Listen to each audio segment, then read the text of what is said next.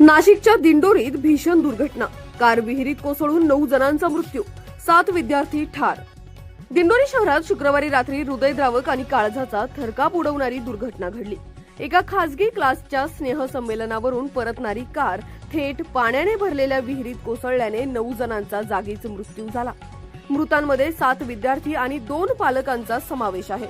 मिळालेल्या माहितीनुसार दिंडोरी तालुक्यातील इंदोरे येथील दरगोडे कुटुंब आणि काही विद्यार्थी स्नेहसंमेलन व गुणगौरव समारंभासाठी दिंडोरी शहरात आले होते.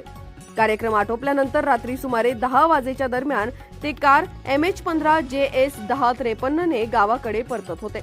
दरम्यान शिवाजीनगर परिसरात रस्त्यालगत असलेल्या पाण्याने भरलेल्या उघड्या विहिरीत ही कार अचानक कोसळली. ही विहीर स्थानिक रहिवासी राजू राजे यांच्या मालकीची असल्याची माहिती समोर आली आहे.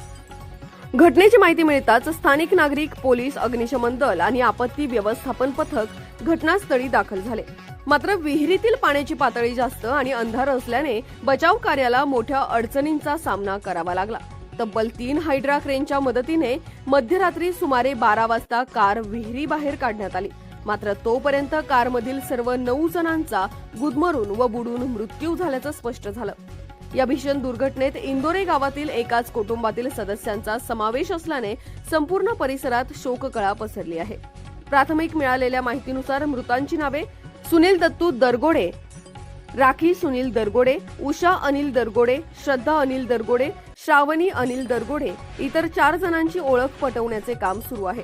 स्नेहसंमेलनाचा आनंद साजरा करून घरी परतणाऱ्या चिमुकल्यांवर काळाने झडप घातल्याने संपूर्ण तालुका हळहळ व्यक्त करत आहे. या प्रकरणी पोलिसांकडून पुढील तपास सुरू आहे. S9 TV न्यूज साठी प्रतिनिधी योगेश गांगुर्डे, नाशिक. आपल्या चॅनलला नक्की सबस्क्राईब करा, बेल आयकॉन दाबायला विसरू नका.